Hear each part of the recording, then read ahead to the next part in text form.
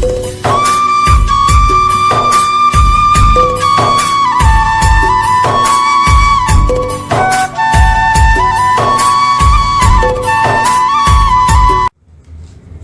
विचार 352 में आप सभी मित्रों का स्वागत करता हूं।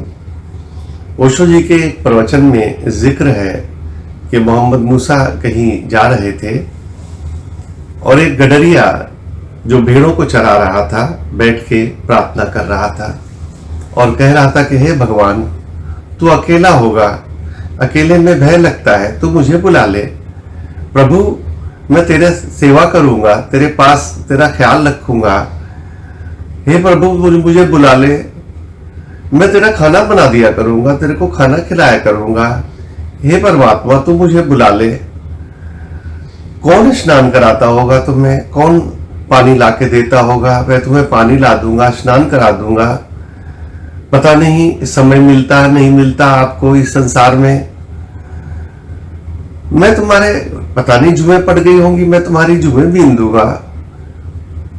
जब वहां तक तो मूसा ने सुन लिया, लेकिन जब जुओं की बात आई तो उसने कहा ठहर ना समझ, ये कोई प्रार्थना है?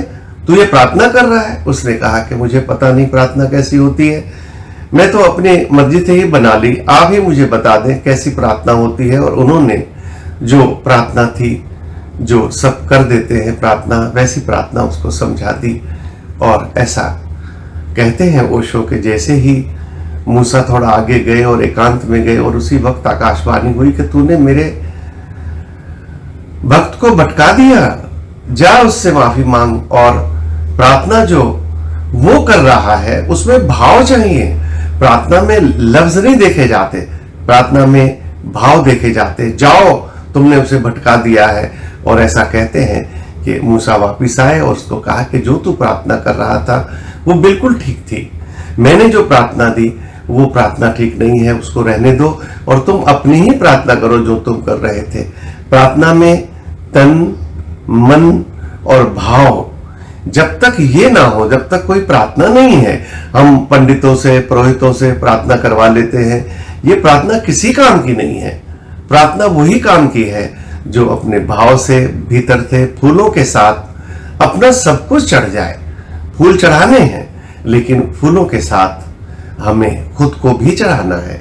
जब ऐसा हो जाता है तभी वो प्रार्थना होती है। धन्यवाद।